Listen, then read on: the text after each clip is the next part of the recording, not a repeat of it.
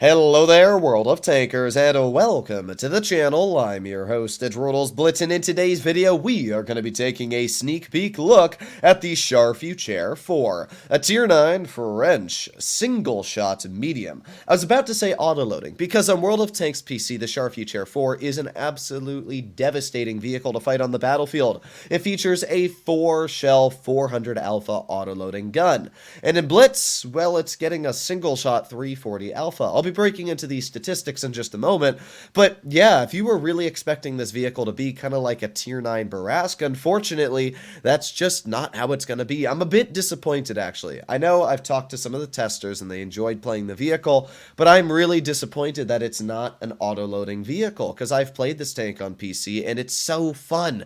So the fact that it's not carrying over those same elements is definitely a bit of a downer, but we're going to have to see how it performs statistically before we make any judgment on the tank. So let me pull up the statistics of this vehicle. Here we go, and now we're going to be taking a look at what the Char is capable of doing. So we have the Char in comparison to the Leopard PTA and the AMX-30 prototype. Now the AMX-30 has a bit more turn armor than obviously the Char or the Leopard, and when I say a bit, I mean a lot. You can actually stay fully held down in the AMX and not be penned, but I thought I would put this into comparison just because it is another French medium and it's a really solid medium at that. So, if we take a look at the Char, it's got 3,007 damage per minute, and all these tanks are running rammer. The Leopard PTA has 3,206 damage per minute, and the AMX-30 is really the only one lagging a little behind, about 200 less at 2,800. So, when we take a look at the DPM of these vehicles, the Leopard is definitely the clear winner here at a 7% advantage over the Char, where the Char kind of sits in the middle. So, not a crazy amount of DPM, but a pretty decent chunk. And even if you look at vehicles like the Type 61 or the M46 Patton, the Char holds up pretty dang well, so it's definitely one of the higher DPM mediums in Tier 9.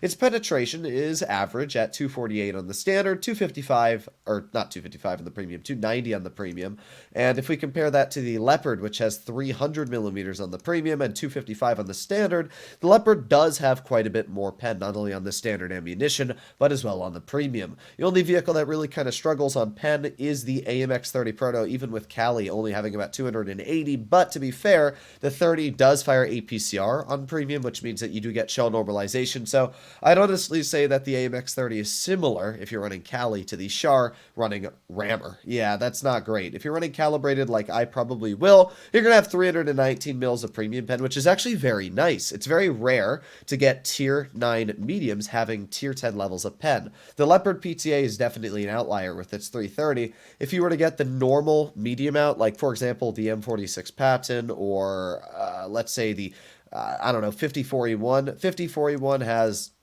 270 mils of premium pen, M46 Patton has 265, even the E50 only has 270. So some of the mediums in Tier 10 do struggle fighting or Tier 9 struggle fighting the Tier 10 mediums or heavies because they don't have as much pen. So even though the AMX-30 looks like it has bad pen, it's actually just about in line with the rest of other normal mediums. These two are just really good outliers. Now when we take a look at the shell velocity, the Leopard PTA smokes the other two. The Char sitting at 1100, and look at the shell velocity on the PTA, 1478. I mean, it's not even a close comparison. The Char has less alpha at 340 than the Leopard PTA 360, and yet still has a longer reload, just showing you how crazy that DPM is on the Leopard PTA. The AMX-30 actually has the shortest reload of them all, but the lowest alpha, so it's nice that you are constantly being able to shoot at your opponents, but a bit unfortunate that you do have such a whimsy alpha damage. When we take a look at gun handling, the AMX-30 prototype just has way better aiming time. Look at that, 43% better aiming time than the Char currently, and the Leopard has 49% better aiming time than the Char. So the Char's aiming time is absolutely atrocious. And if we take a look at the dispersion, it's okay. 0.299 is really good dispersion. I mean, look at the 31er. It's way worse at 0.326. And the Leopard PTA, being one of the most accurate Tier 9s, is right on par. However, once again, we see another huge downside. Look at that on-movement dispersion.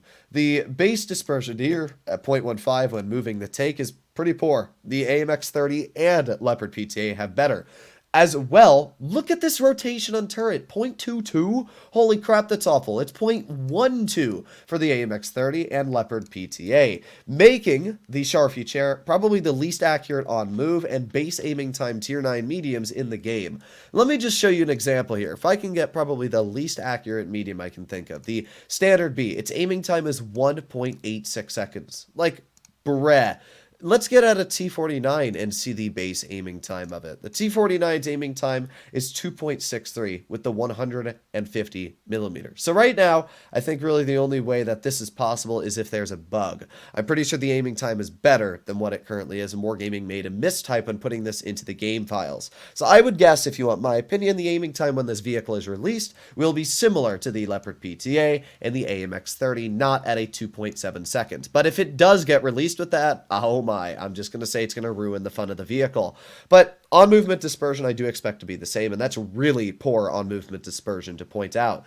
Gun depression wise, it's only 1 degree more than the Leopard, sitting at 7 degrees compared to the 6 the Leopard PTA has, and the AMX-30 absolutely knocks the socks off at 10 degrees, so big advantage there for the AMX. Movement wise, the Char goes 60, which is slower than the Leopard PTA at 65, and the same as the AMX-30. Reversing, it's also the slowest in this comparison, apart from the Leopard, but the Leopard isn't really a lightish take. It's more of a big old medium. So the Leopard sits at 20 in reverse, where the Char goes 22, and the AMX-30 goes 23. Power to weight wise, effective power to weight, you never want to look at this here. This doesn't mean anything. You want to look at the values below. Effective power to weight wise, the Char has 23.1 on hard and 21.2 on medium, 16.9 on soft. The soft terrain mobility is actually pretty good. The problem is that soft terrain's only like driving through water. So apart from that, it's not going to matter all too much. Medium terrain is just about any hilly terrain or off-road terrain in general. So because of that, the Char Futur 4 on medium terrain is quite a bit slower than the Leopard PTA and about the same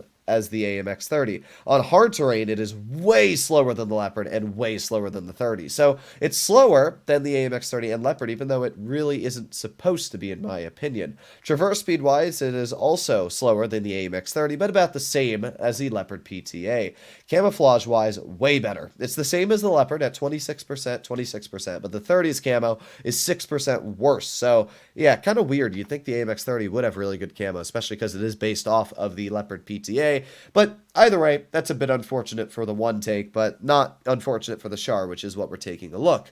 View range, it's the worst in the comparison. That sucks. Its hit points is the same, but actually a little bit less than the 30, about the same as the Leopard. And when it comes to turn armor, we can see it's not very good. It's only 70 millimeters thick.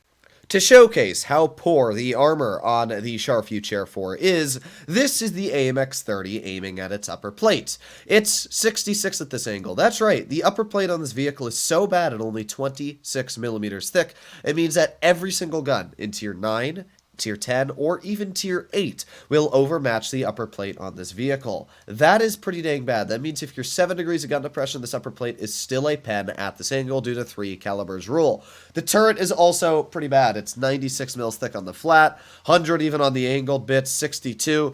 Yeah, the lower plate 65. I mean, essentially what's going to happen here is if you get out a 150 millimeter cannon like the T30 carries and you're loading an HE, yeah, that entire lower plate is a pen. And if we take a look at the side armor, it's only 26, which means, again, HE, look at this thing.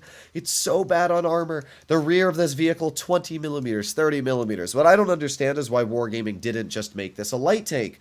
Because if we go back and we get out the AMX-30, we go find France, there it is, and we show the 30. Now, statistically, the 30 may have had a bit worse of a gun, 7% less DPM, a bit worse penetration, but it had overall the same mobility, it had more gun depression, and yeah, it really didn't have that much worse statistics. This is the AMX-30's armor. Now, you can see the difference here. The AMX-30 actually has a ridiculously thick turret, 460 thick. The gun is not amazing, but it's definitely more compatible because this vehicle has the armor to take shots.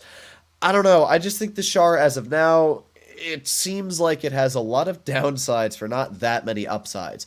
Personally, I think the Wargaming should just make it a light take or make it an autoloader like it should be. But either way, I think the Char is still going to be a fun vehicle when it gets released. Let me know what you guys think about the Char in the comments down below. It's a vehicle I'm definitely looking forward to, but I'm very disappointed it is a single shot and not an autoloader in what it should have been. But Either way, the Char Futur 4, this is today's little first sneak peek of its statistics, how I think it should play and everything like that. Even though the tank does look pretty poor armor-wise, it does have a great gun, and it still has pretty good camo, still has good mobility. So, as long as that aiming time doesn't stick through with the vehicle, I think it'll be fine, but I guess we'll have to find out. I'll see you all in the next one. Bye-bye.